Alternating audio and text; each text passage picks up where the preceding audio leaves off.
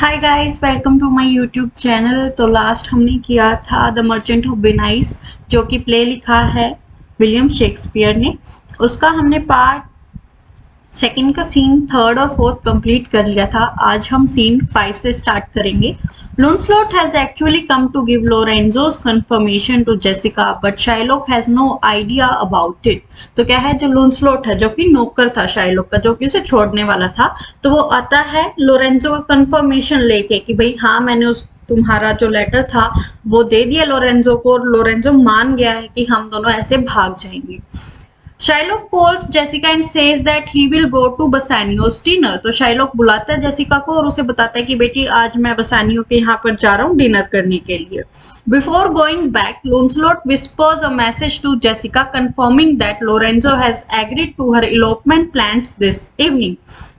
तो जाने से पहले जो उनका नौकर होता है लॉन्सलॉट, वो वापस आता है और जेसिका को एक मैसेज जो है वो उसके कान में फुसफुसाता है। विस्पर का मतलब होता है बहुत धीरे से बोलना। जेसिका को बोलता है कि लोरेंजो ने कंफर्मेशन दे दी है और वो तुम्हारे साथ भागने के लिए तैयार है इसी शाम, मतलब आज शाम जब शाइलॉक बसानियो के यहाँ डिनर करने जाएगा तो पीछे से जो जेसिका है वो लोरेंजो के साथ भाग जाएगी। When Shylock has left, Jessica conveys her intentions to the audience. तो जब शाइलॉक चला जाता है तो जेसिका जो है अपनी इंटेंशंस बताती है ऑडियंस को कि भाई मैं मेरे पापा के घर पे बिल्कुल भी खुश नहीं हूँ और मैं लोरेंजो के साथ चली जाऊंगी। मैं उससे बहुत ज्यादा प्यार करती हूँ और वो भी मुझसे बहुत ज्यादा प्यार करता है। एनालिसिस क्या है इस सीन की? Launcelot whispers a suggestive sentence. Jessica's concluding sentence of this scene is very important where she says, तो जेसिका क्या कहती है ऐसा? वो कहती है farewell, and if my fortune be not crossed, I have a father, you a daughter lost। तो वो कहते हैं कि farewell मतलब कि मैं जाने वाली हूँ यहाँ से, तो फेयरवेल होने वाला है मेरा, जल्दी मैं निकल जाऊंगी यहाँ से, और अगर मेरी किस्मत नहीं पलटती है या कुछ भी गलत नहीं होता है तो मेरे पास एक ऐसे पिता होंगे जिनकी बेटी खो चुकी है। मतलब कि शाइलॉक जो है वो अपनी बेटी को खोने वाला है और जेसिका लोरेंजो के साथ भागने वाली है। चलिए नेक्स्ट सीन पे चलते हैं। Act 2 Scene 6। This scene is led outside Shylock's house। तो ये सीन कहाँ का है? शाइलॉक के हाउस के बाहर। Gretanio and Celerino are waiting there for the arrival of Lorenzo, who is late। तो शाइलॉक के घर के बाहर आते हैं जेसिका को लेने के लिए, उसे भगाने में मदद करने के लिए, और लोरेंजो जो कि उसे भगाने वाला वही लेट है। They are masked। उन्होंने मास्क लगाया हुआ है। Jessica appears above at the window. Jessica उन्हें दिखती है विंडो के ऊपर खड़ी हुई। She is dressed as a boy. और जेसिका ने एक लड़के के कपड़े पहने हुए हैं। And is ready to elope with her lover. और वो बिल्कुल तैयार है अपने प्यार के साथ भागने के लिए। Lorenzo tells her that she will have to play the part of a torch bearer at the massacred.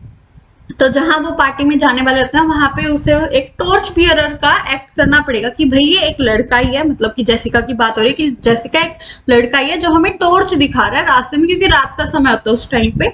Luckily there remains no need for her to act as a torch bearer. और luckily क्या होता है कि कोई जरूरत ही नहीं होती है कि उनको टॉर्च बियरर चाहिए। अब क्यों ऐसा क्या हो जाता है कि उन्हें अब टॉर्च बियरर नहीं चाहिए, वो नेक्स्ट लाइन में लिखा हुआ है। Antonio comes here with the news that the masquerade has been cancelled. और जो पार्टी थी मैस्करेड की वो कैंसिल हो चुकी है, तो अब तुम्हें कोई टॉर्च बियरर ही नहीं चाहिए, वहां पे जाना ही नहीं है। नेक्स्ट सीन पे आ जाते हैं। Act 2 scene 7। This scene is laid in Portia's residence in Belmont. तो अब जो सीन है वो जेसिका के घर के बाहर से हटके कहां पर आ जाता है? पोर्टिया के रेजिडेंस पे।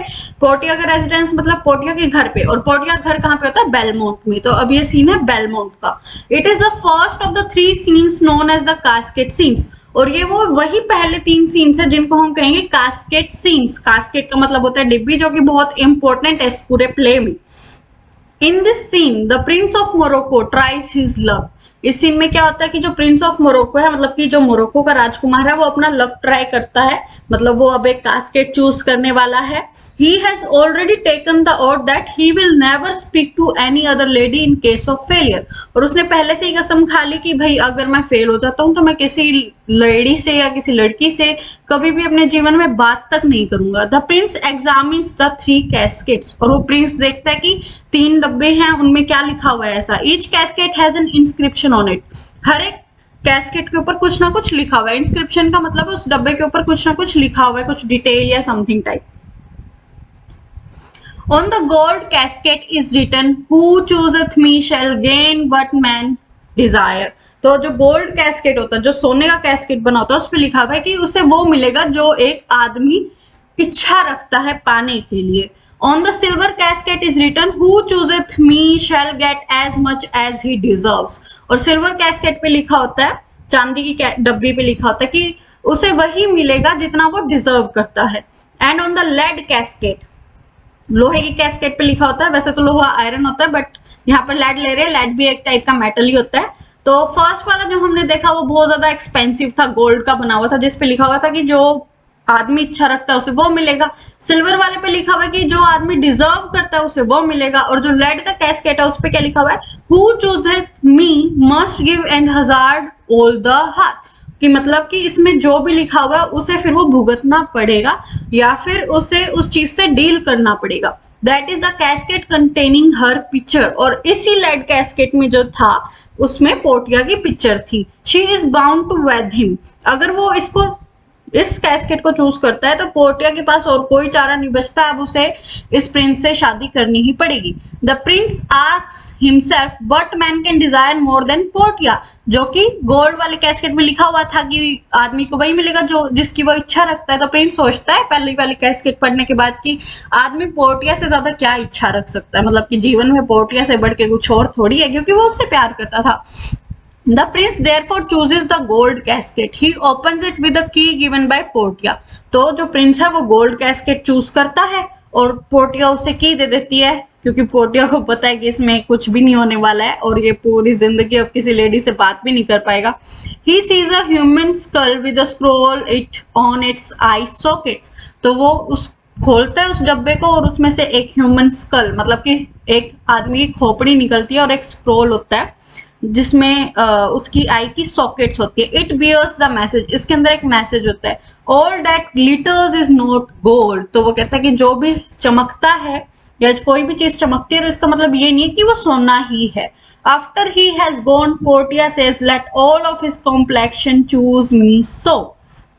तो वहां से वो चला जाता है और पोर्टिया बाद में कहती है कि let all of his complexion choose me so, मतलब कि अगर वो मुझे चूज करता तो मैं उससे शादी कर लेती, बट उसने मुझे चूज किया ही नहीं और मुझे कोई चूज कर भी नहीं सकता है ऐसे, काश वो मुझे चूज कर लेता है टाइप। तो वो ऐसे अपने आप को एक्सप्लेन करने लग गई थी। तो यहाँ पर एक बहुत ज्यादा इंपॉर्टेंट नोट करने वाली चीज ये है कि हमने देखा गोल्ड में लिखा हुआ है व्हाट मैन डिजायर, सिल्वर में लिखा हुआ है जितना वो डिजर्व करता है, और जो लेड कैस्केट जिसमें सच में पोर्टिया की पिक्चर है उस पर लिखा हुआ है कि आपको डील करना पड़ेगा या फिर आपको भुगतना ही पड़ेगा। तो यहाँ पर उसके पापा ने बहुत ज्यादा चालाकी से ये डबिया रखी थी, क्योंकि मोस्ट ऑफ द लोग तो गोल्ड को देख के सोचेंगे इसी में पोर्टिया की पिक्चर हो सकती है, क्योंकि कौन सा पेरेंट अपनी बेटी की पिक्चर लोहे की डब्बी में रखना पसंद करेगा, वो तो उसे गोल्ड में ही रखेगा। फिर मैसेजेस भी ऐसे रखे थे कि भुगतना पड़ेगा, और कोई भी इंसान नहीं सोच सकता कि जिससे वो प्यार करता है उसको उसे भुगतना पड़ेगा। या तो वो सोचेगा कि हाँ मैं इसे डिजर्व करता हूँ इसीलिए मेरी किस्मत में और मैं यहाँ पे आया हूँ, या वो ये सोचेगा कि इससे ज्यादा तो और क्या ही चाहिए इंसान को। तो चलिए यहीं पर अपनी वीडियो खत्म करते हैं, और आपको अगर ये लेक्चर पसंद आया तो please like the channel and please comment below. अभी हमारे एग्जाम्स पास आने वाले हैं, जो प्राइवेटली कर रहे हैं बीए या फिर जो हम कहीं डिस्टेंस से बीए कर रहे हैं उनके एग्जाम शायद जुलाई के एंड में या फिर अगस्त की स्टार्टिंग में हो सकते हैं। तो हम जल्दी जल्दी सिलेबस को कवर करना शुरू कर देंगे अब। और अगर आपको वीडियोस पसंद आती है या आप चाहते हैं कि मैं किसी और सब्जेक्ट पे वीडियो बनाऊं जो कि आपको समझ नहीं आ रहा है, तो please let me know in the comment section और प्लीज सपोर्ट द